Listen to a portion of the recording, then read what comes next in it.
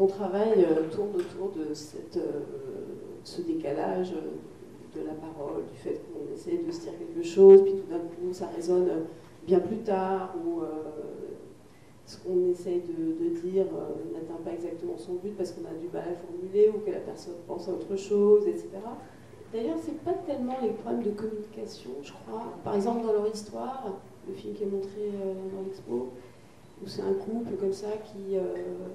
énumère une série de phrases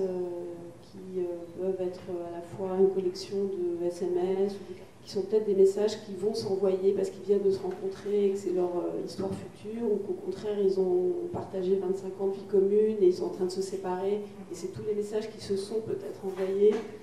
En fait, c'est plutôt finalement une forme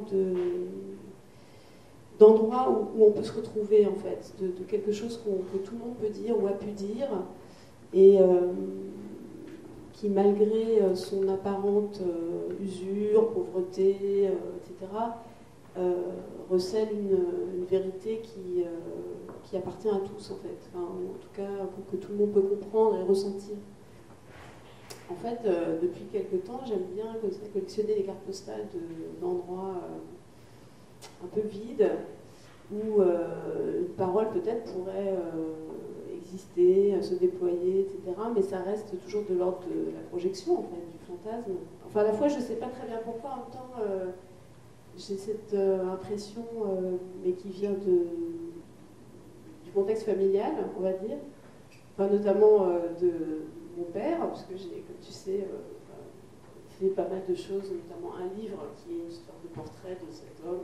inspiré par mon père, et qui passe son temps à différer le moment où on va réussir enfin à se parler, à se voir. Par exemple, quand on se voit, on déjeune ensemble, il faudrait qu'on se voit, qu'on déjeune ensemble, etc. Comme s'il y avait toujours une espèce d'ailleurs et de futur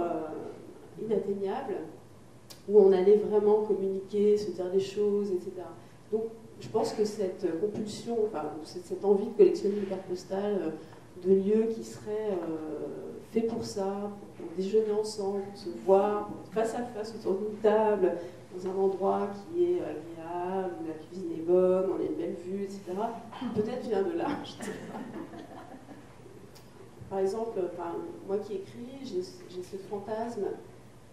du bureau idéal et du moment parfait où tout sera bien, où je serai enfin concentrée, j'aurai éteint mon téléphone, j'aurai pas internet, il fera un temps clair et pas ni trop froid ni trop chaud, et j'aurai quelques livres mais pas trop, etc. Et ce sera l'espace vraiment rêvé pour voilà, écrire le texte tout à coup qui avoir une journée comme ça complète sans être interrompu et tout. Et en fait, cette envie peut-être alimente le travail, mais le travail en vérité se fait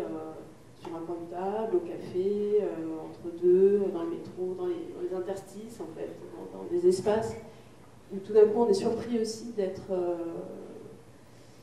d'avoir une idée, ou que quelqu'un tout d'un coup dise quelque chose qui percute dans un endroit qui est plutôt un corridor, un entre-deux, on allait partir et puis là tout d'un coup on dit quelque chose, et c'était pas au moment où on était bien assis autour de la table, on a parlé pendant 2 heures au café, et puis pendant ces 2 heures-là on n'a pas dit ce qu'on voulait dire, et puis c'est au moment de partir qu'on glisse une phrase et qui tout d'un coup rééclaire le reste.